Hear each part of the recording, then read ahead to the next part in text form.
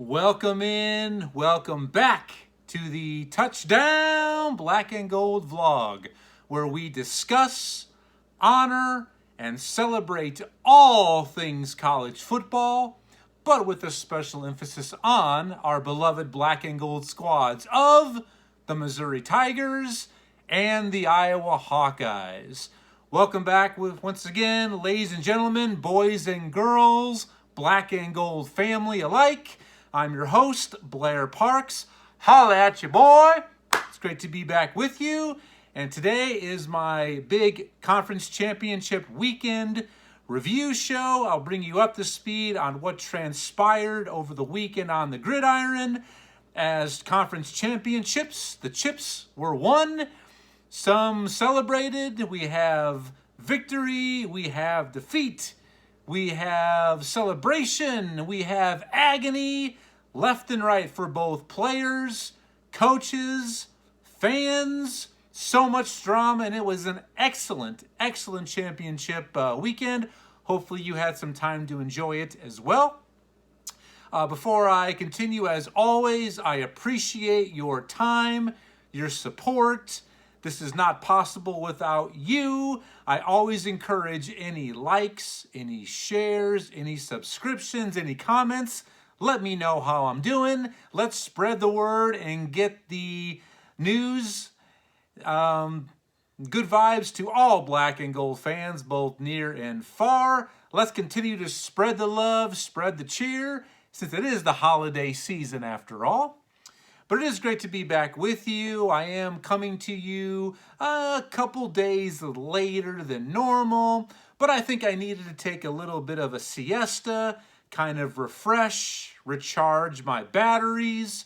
I do have a good amount of miles on them after all. I feel great, feel good to go, but maybe I also needed an extra day off or two just to lament and try to forget that display that we witnessed in the Big Ten title game between our Iowa Hawkeyes and the Michigan Wolverines. So maybe that had something to do with it as well.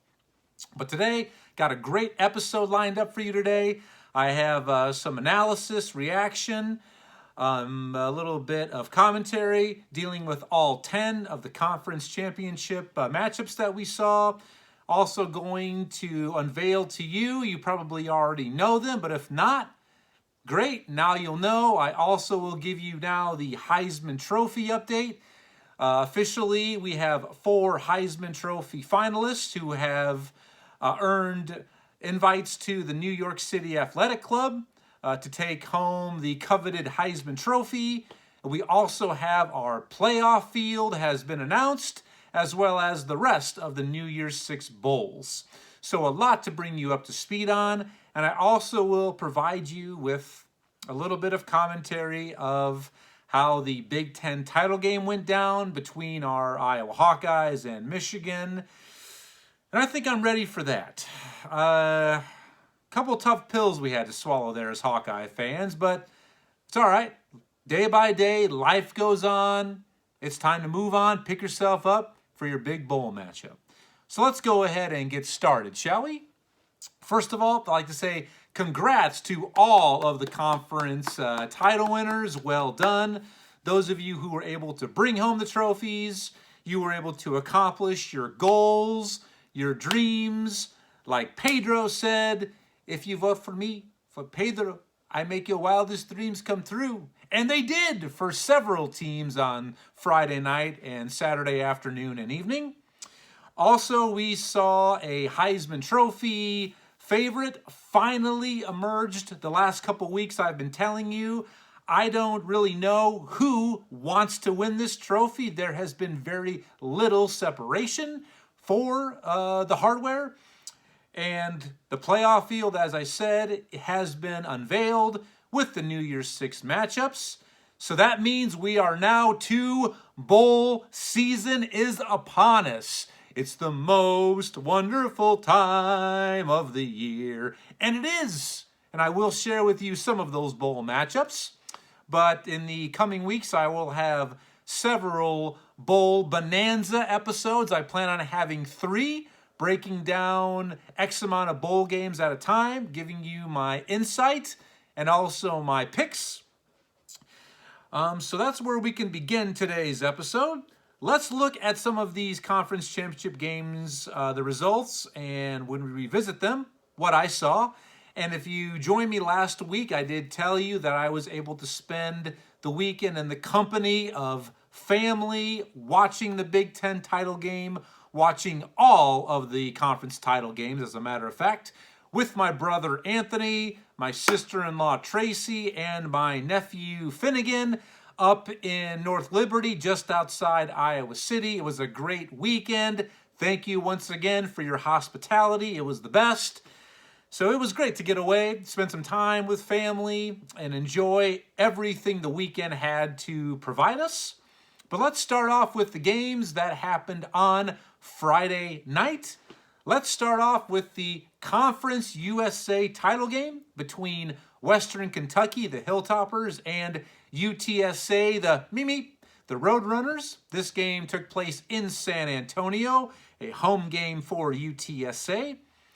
And overall, UTSA was just sincerely too much for the Western Kentucky Hilltoppers.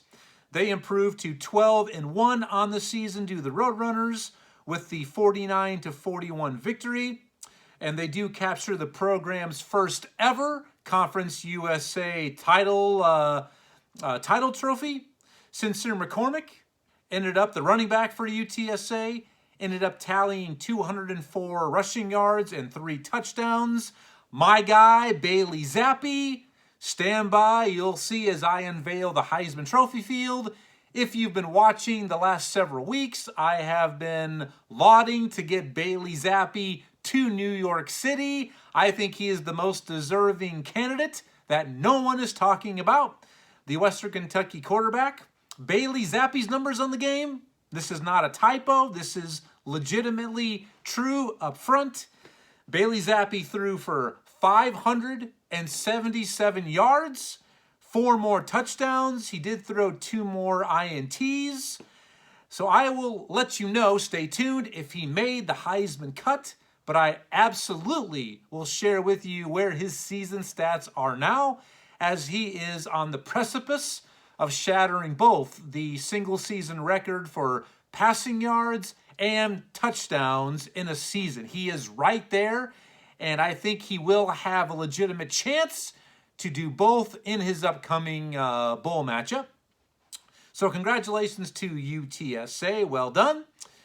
Next game that happened Friday night was the Pac-12 title game between number 10 Oregon and number 17 Utah.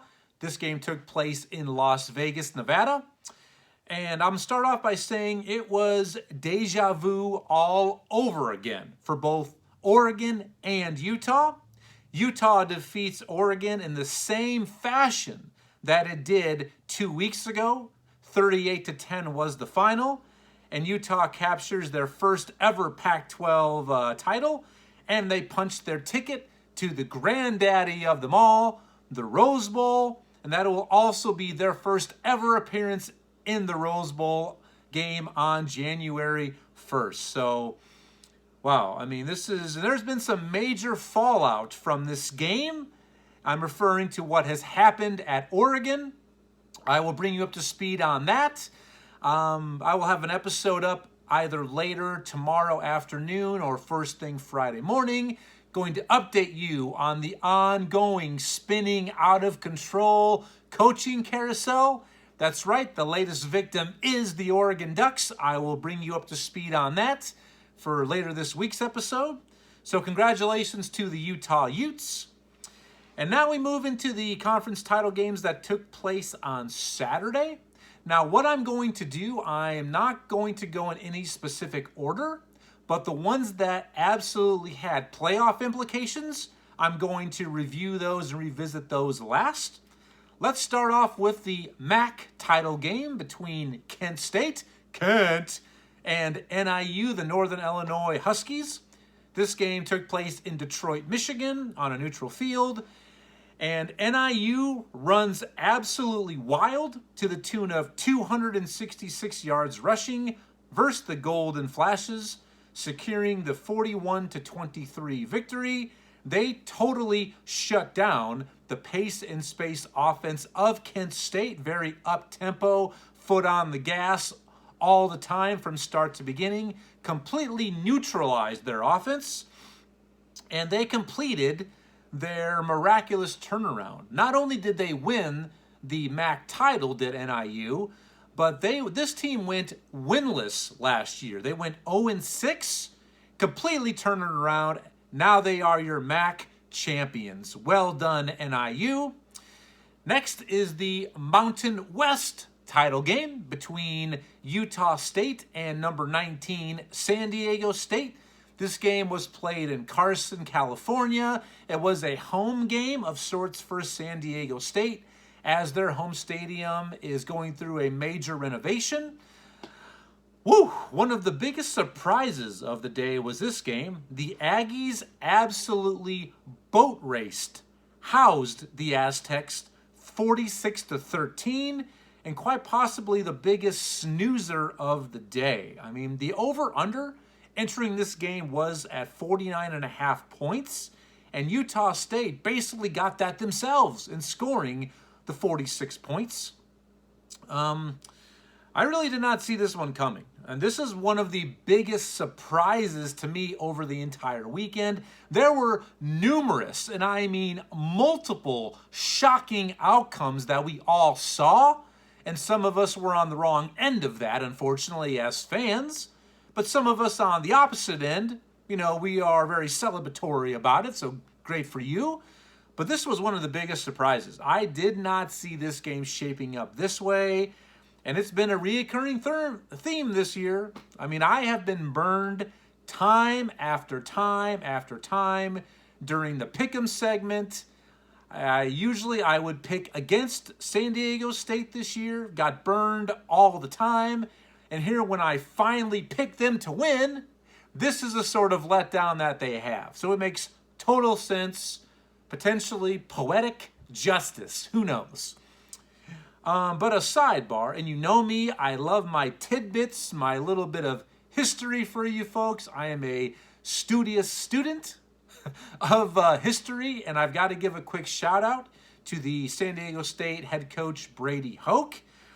In winning 11 games this year, he becomes the first head coach ever in Division I college football history to coach 3 different teams to 11-win seasons. So excellent job for you, Coach Brady Hoke. He also did this at Ball State, and then Michigan, and now at San Diego State. So congrats, Brady Hoke, but congrats, Utah State, on your Mountain West title as champions. Well done.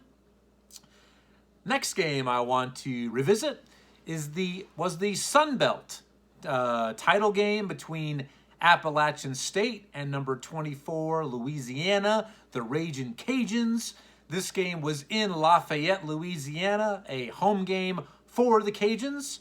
And as a 2.5-point home underdog, which this line was very confusing to me. It absolutely stunk. It stank. Stunk, like the Grinch would say. But as a 2.5-point underdog at home in a rematch from a meeting earlier this season that took place, which the Ragin' Cajuns won going away 41-13. The Cajuns defeated the Mountaineers 24-16. This was a very sneaky, well-played, competitive game. I mean, this one, there wasn't ever really any separation. It was a possession game throughout. One of the more enjoyable games that I was able to watch with my brother on Saturday. A lot of them really turned out to be snoozers, but this was a good game. It came down to it. So congratulations to the Ragin' Cajuns, and also they were able to send out their head coach in style. We bid a fond farewell to Coach Billy Napier, who moves on in the same capacity as head coach from Louisiana to Florida. He is taking over that Gator program after they terminated former head coach Dan Mullen. So well done, Coach Billy Napier. Best of luck at Florida. The next game I like to revisit is the ACC title game. This game took place Saturday night between number 15 Pittsburgh and number 16 Wake Forest. This game took place in Charlotte, North Carolina. And as expected, this game started off as an offensive outburst of kind of basically name your score. There were 35 points scored in the first quarter between the two teams. I forget now what the actual over was. It was, I think, 73 points. So most of us actually expected them to eclipse that. I thought they would come up just a little bit short. But early on, it was looking exactly like that. It's simply who can make just enough stops here and there, who can slow down the opposing offense, that's who's going to come out victorious. But eventually, the defenses did dig in and controlled the pace of play. Pittsburgh behind the Heisman-like heroics of quarterback Kenny Pickett.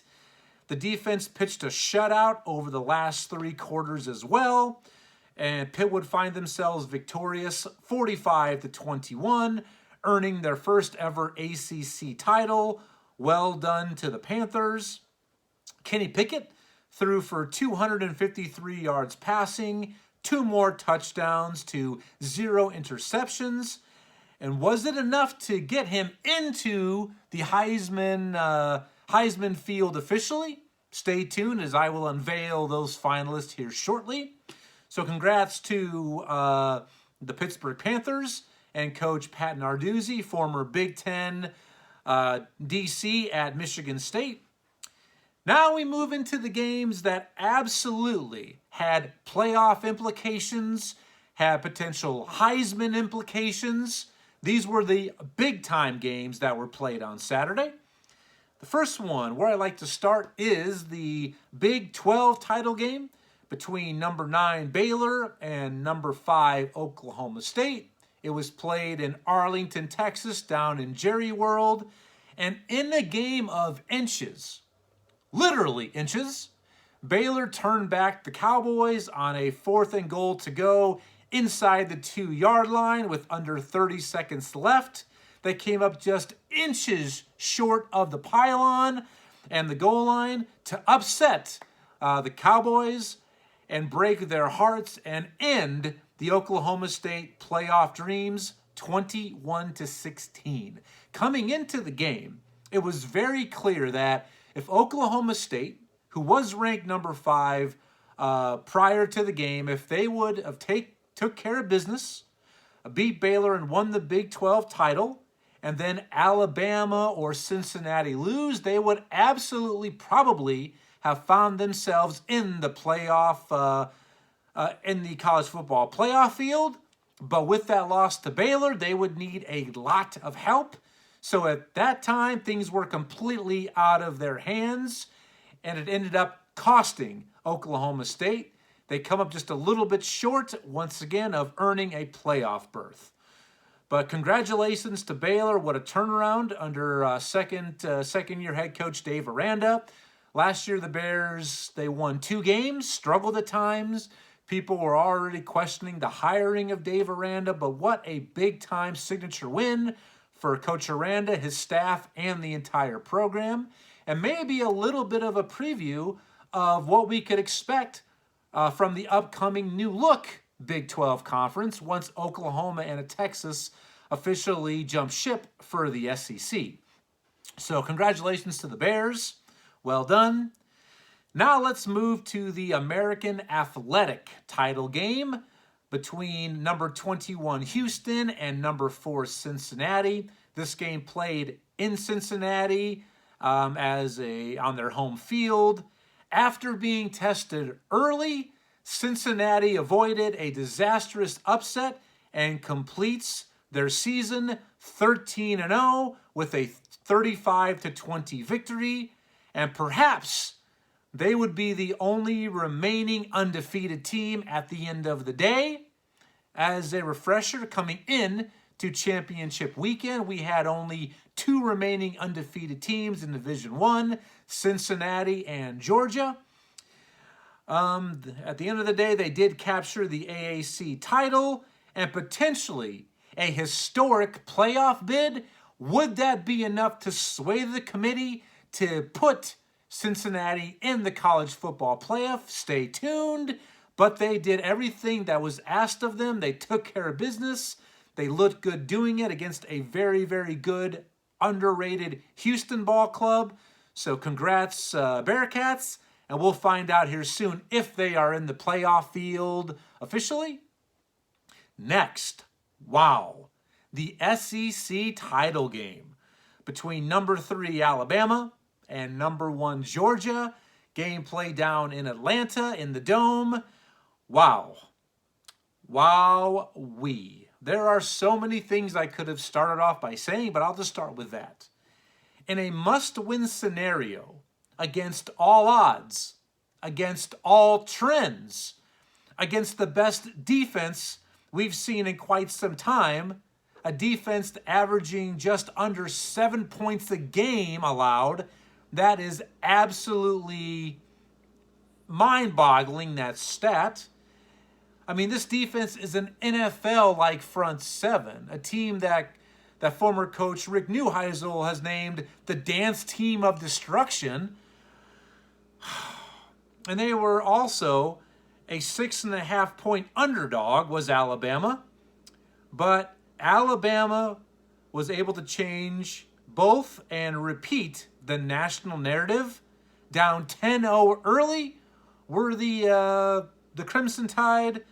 They went on to outscore the Bulldogs 41-14 from that point on, securing yet another SEC title and earning another potential playoff berth. Final score 41-24. Against all odds, Alabama answers the bell. Georgia with this vaunted defense. And here's the stat that really summarizes this game. That vaunted Georgia defense failed to register a single sack against Alabama.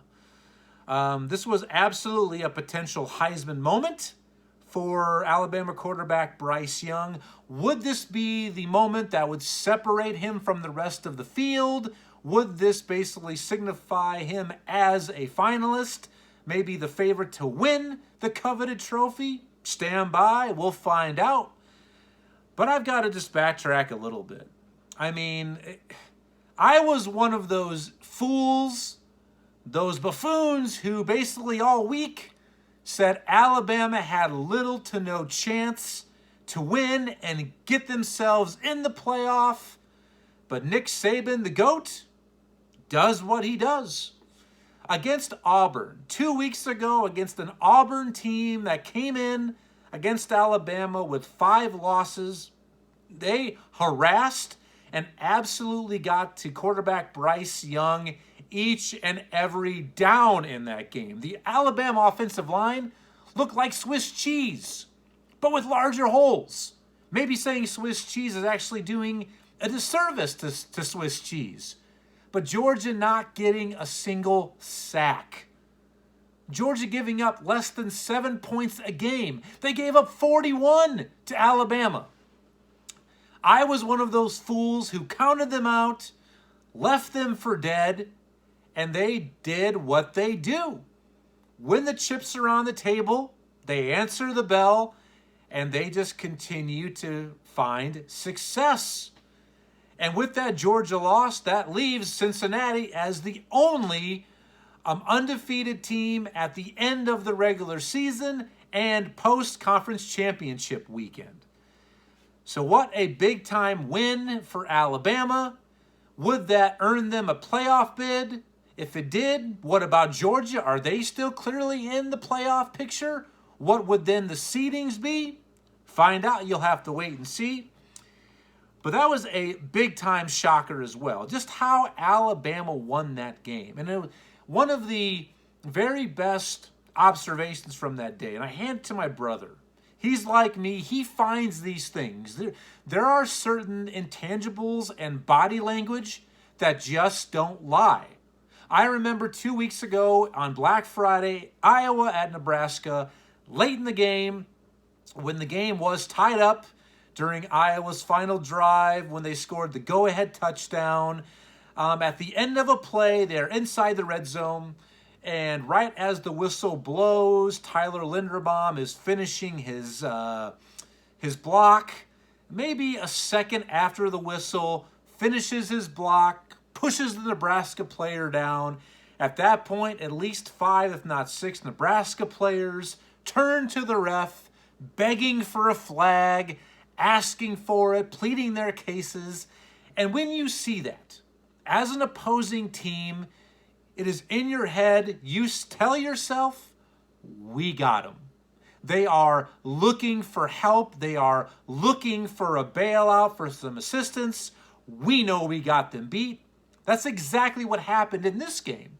After Alabama scored their second touchdown to take a 14-10 lead on the extra point attempt, which normally, yes, there isn't a lot of hustle trying to block the extra point attempt. Certain games you'll have more than others. But on this one, as at the long snap, the hike, the kick was up, Georgia barely even lifted a finger to try to get into the backfield and block the kick. At that point, their body language said everything. We don't got it. These guys are going to beat us again. We have no answer for them. And you could tell at that point, like Anthony said, this game is over. Georgia has already given up, kind of relying on, all right, if we lose, we're still in the playoff. We're not going to care much. We are just going to pack it in, live the fight another day. You could tell at that moment, the body language was saying, this game's over. And they never, ever really got back into the game. So, well done, Alabama. I hated on you a little bit. I questioned you being that high throughout the college football rankings, but you played your way in potentially. Well done.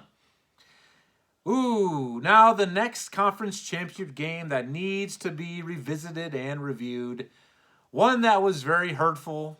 One that I have tried to put off, but hey, I'm in a good spot. Was the Big Ten title game between number 13 Iowa and number 2 Michigan in Indianapolis inside Lucas Oil Stadium. Offense, offense, offense, or lack thereof, to be more precise, for the Iowa Hawkeyes. How can I word this? Iowa got flattened, pummeled, pancaked, embarrassed, neutralized, just absolutely all of the above against Michigan. Final score was 42-3.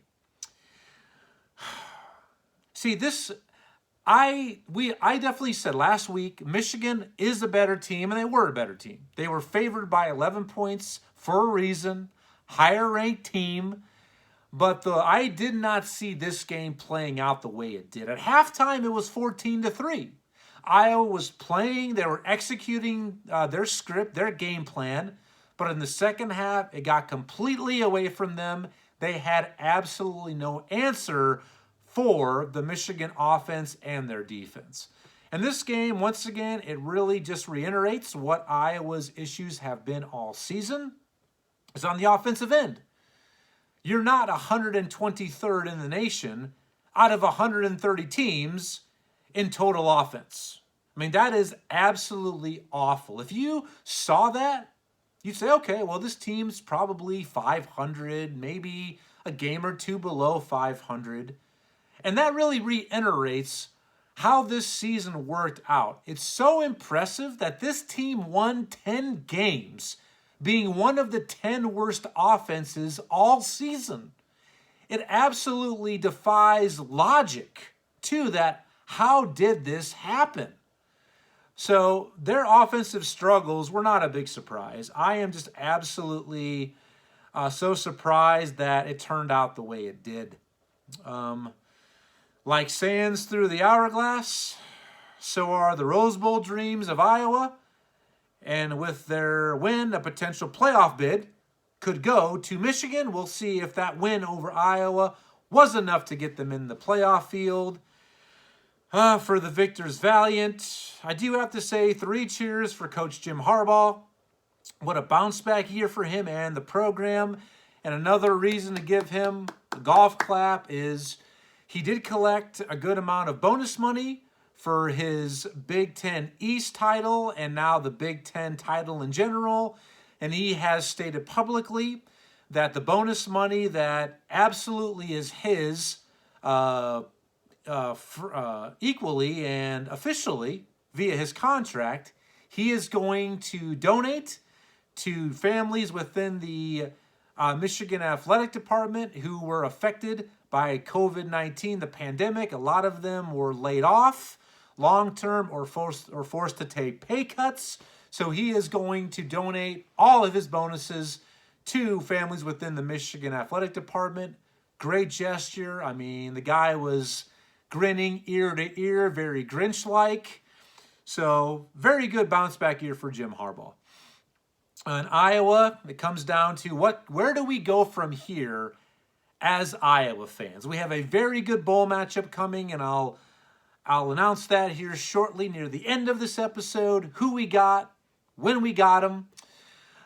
We need just to pick ourselves up off the mat, dust off that memory, and still realize we are in a position to win 11 games this season. And we have a good, tough matchup in our bowl game, but just try to unsee what we just saw. But right now, when I close my eyes, I can't unsee that Big Ten title game. Something definitely has to happen. Changes need to be made within the Iowa offensive game of a plan of attack, potentially coaches, schemes. I'm not saying pull a total 180. Iowa football will always be run first, special teams, defense. They definitely do need to be more creative. And until that happens, this is likely going to continue to happen. And we've seen this the last 2, 3, 4 years where Iowa has had absolutely stellar elite level defenses and still could win 9, 10 games. And it makes me actually ponder and ask, did we miss some opportunities? I absolutely think Iowa should have made more appearances in the Big Ten title game. If they just have an average offense, if they're 65th or better, I think they absolutely would have made at least 2 more Big Ten title game appearances within the last 5 years. We have missed out on golden opportunities as a program not to capitalize on how good our defense and special teams have played. So definitely big changes need to be made within the ranks at Iowa. I will absolutely break down this season more in depth. After bowl season, I'll have my big end-of-year review dealing with both Iowa and Missouri. So stay tuned for that. That'll be coming in the weeks following after the new year. But once again, congratulations to Michigan and Coach Jim Harbaugh. So there's the results. That's what took place on the gridiron. Now, without further ado, drum roll. Here is your playoff field. It was announced on Sunday afternoon. Here are the teams and the rankings. Number 1, with that big win over number 1 and previously undefeated Georgia, Alabama. Status quo. We've seen so much happen this season. All of the chaos, all of the parity, the upsets. We still, at the end of the season, going into the playoffs, into bowl season, we have Alabama ranked number 1. Number 2, right behind Alabama, with that big-time win over Iowa, the Michigan Wolverines are the number 2 seed in the playoff. Number 3, dropping after that drubbing against Alabama, Georgia falls to the 3 seed in the playoff. Number 4, that's right, the unbelievable, the impossible is possible. It happened. The glass ceiling has been shattered. Shh. That sound is the Wonkavator breaking through. Cincinnati is officially in the college football playoff. They're the 4 seed. the first ever non-Power 5 program to make the playoff. It is the equivalent of a 16 seed beating a 1 seed in the NCAA March Madness tournament. Well done. Congratulations, Cincinnati. You made it. So that's where we are. So this year, it's not the usual suspects. Yes, Alabama's there, like normal. Georgia's in the playoff, making their second appearance ever in the playoff. But we have two first-timers, Michigan and Cincinnati. And this is exactly what we wanted as college football fans, unless you're a fan of the usual suspects. This is what we wanted. We wanted fresh faces, new blood to give us a shot in the arm. It had become too vanilla, too predictable as far as what the playoff fields would end up looking like. It usually always ended up being at least 3 of 6 teams, with the fourth being the wild card team. But this year, 2 of those usual suspects get in, and I love it. I absolutely am so proud and happy with the outcome of this season, having this playoff field. And it really begs the question, what if Alabama would have lost? Who would have been the 4th seed? Maybe Notre Dame, maybe Baylor after knocking off Oklahoma State. That's something I am actually going to debate and discuss with you on the episode later this week, whether that be tomorrow afternoon or Friday morning. Going to go through the what ifs that could have happened, these things that could have altered the college football playoff. And I did, preseason, I did predict this would happen. During the second episode of Bold Predictions, Crystal Ball Predictions, I said we would have multiple upsets during this year's championship weekend that would absolutely alter the college football playoff. And we had that with Alabama over Georgia and Baylor over Oklahoma State. And maybe even Michigan. Michigan out of nowhere. They started the season unranked. They were picked 4th in the Big Ten East preseason. So this is great. I'm absolutely happy with it.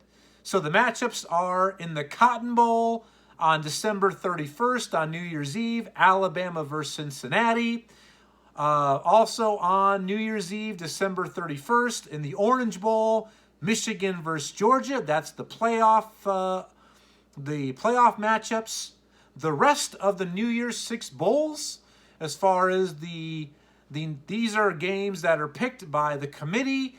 The other conference champions versus a few at-larges. On December 30th, number 10 Michigan State gets an at-large, and they face off with number 12 Pittsburgh, the ACC champions. January 1st, in the Fiesta Bowl, we have number 5 Notre Dame gets an at-large, and they will take on a fellow at-large team, number 9 Oklahoma State, on New Year's Day. Also on New Year's Day, in the Rose Bowl, the granddaddy of them all, number 6 Ohio State, making their 16th appearance in the Rose Bowl. They will take on number 11 Utah, making their first ever appearance. And also on January 1st, what a lineup we have on New Year's Day this year. I'm so excited, so stoked. In the Sugar Bowl, we have the Big 12 champions, number 7 Baylor. They face off with number 8 Ole Miss as another at-large. Can't wait for that matchup in the Sugar Bowl on New Year's Day night. Great matchups we have in the playoff and the rest of the New Year's 6 bowls. Now for the Heisman Trophy field. The invitations were delivered yesterday. We have four individuals with their efforts are making the trip out to NYC to represent themselves, their programs. They are Alabama quarterback Bryce Young, Ohio State quarterback C.J. Stroud, Pittsburgh quarterback Kenny Pickett, and fourth, the upset, I lauded for him, I said he deserves it, is Michigan defensive end Aiden Hutchinson. So that's right. Unfortunately, Bailey Zappi did not get the Heisman love that I believed he deserved. He did not get the invite. But what a great season for Bailey Zappi. If I had an award to give, I would absolutely say you are the best player at the non-Power 5 level. Here's your trophy. Congratulations. But this is where Bailey Zappi currently is. And congrats to those 4 individuals. I will share with you on later this week's episode who I believe is going to bring home the trophy. And I will make arguments for why this individual should or shouldn't, based on their stats, based on their team's success, their schedule, who they play, who they not play, their losses. So definitely want to tune in for next episode where I will discuss and debate the Heisman Trophy finalists. But this is where Bailey Zappi is. And I did tell you last week that he has a very good shot to shatter both those records for most passing yards in a season and touchdown passes in a season. Currently, he is at 5,545 yards passing, an unbelievable number. He is only 288 yards away from owning that record. I believe he absolutely will shatter that one. I think maybe even by halftime of his bowl game. I absolutely expect him to put his name, to etch his name in the record books.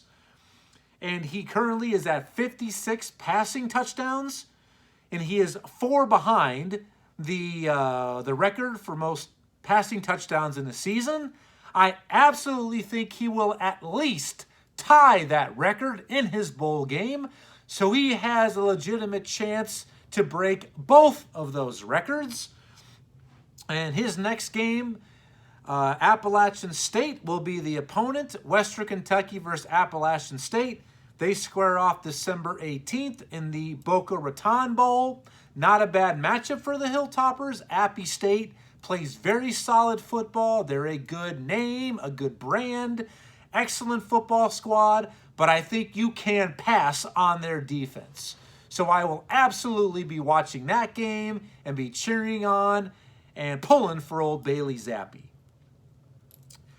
So let me inform you where our beloved black and gold squads, what's their bowl destinations? We found those out on Sunday as well.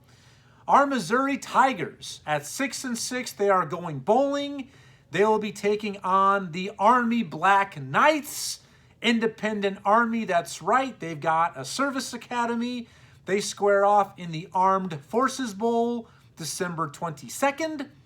And Iowa, number 15, Iowa, will be taking on number 22, Kentucky, out of the SEC. They are going to be playing in the Citrus Bowl, Iowa's first time in the Citrus Bowl in 15 years, on New Year's Day. So big-time matchups. I'm excited for them both. I can't wait to further break them down with you. And next week, since Missouri does play first and then Iowa a week later, I'm going to have a very special episode, probably 30 minutes, just breaking down the Armed Forces Bowl between Missouri and Army. And then the following week, I'll have a special bowl breakdown episode of the Citrus Bowl between Iowa and Kentucky. So cannot wait for that. And moving forward, I probably will have the rest of the season 2 episodes a week. I plan on having not 1, not 2, but 3 big Bowl Bonanza episodes. There's 42 bowl games. So unless my math is incorrect, divided by 3 is 14. So once a week, I will preview the 14 games, and I'll give you also my predictions. That's right, the Pick'em contest is still ongoing between myself and Charlie, my former co-host. So I will have 3 big episodes of Bowl Bonanza matchups, previews, and predictions. Can't wait for that. And I absolutely am going to have a special breakdown of the national title game as well. Now, the final segment for today's episode is conference championship games, pick'em results. And ouch, that's all I'm going to say. It really, I absolutely have lost any credibility. I already have throughout this season. It's been a tough season to pick winners because of what we've seen happen. But let's just say I'm not expecting any calls from College Football Game Day to be a guest picker anytime soon. It was a rough weekend here for your host. Let's start with Charlie first. We had the 10 conference championship games, and we had a +1 game that we picked. The Pac-12 makeup game between Cal and USC. Charlie went 6-5 on the weekend, not bad. Yours truly, 2-9. 2-9. That's right, not my best day. So to summarize that on the season, well, just to summarize championship week pick'em, we both got Cincinnati and Pittsburgh, right? We both missed Oklahoma State, Kent State, San Diego State, Appalachian State, and Georgia. Charlie got Utah, UTSA, Cal, and Michigan. Me, I got none, right by my lonesome. So after this pathetic showing, Charlie has only padded his lead. He is absolutely running away. He now has a 12-game lead. It's going to take a Christmas miracle for me to catch him. But hey, it is the season of miracles. You never know what could happen. So currently, season standings, Charlie is at 134-67. I'm at 122-84. He's at 65% correct. Me, I'm at 59%. We both have some work to do to get to 70% or better. So I definitely am going to have to put in some OT and more to catch him and also reach that 70% barrier. Can I do it? We'll have to wait and see. I'm not giving up. I do not hear the fat lady singing quite yet. So that's it. That's today's episode for my conference championship review episode. Please like, share, subscribe, comment. Let me know how I'm doing. If there's anything that I've missed or I have fouled up, let me know about it. I would absolutely love to get your insight. If there's anything you'd like me to share or present on the show, hey, your wish is my command. Just let me know. I'd be more than happy to air your concerns, your questions, your subjects. And also, before I forget, I had my first run-in with NIL this past weekend. Yes, I live in Missouri. I'm close to Columbia, but I do not pick up local Columbia, Missouri networks. So being just north of Iowa City, definitely was able to catch some local advertising and my first experience with name, image, and likeness. I've got to tell you, folks, you have got to check out on YouTube. I tried to add the link, but there was an issue at the time with YouTube.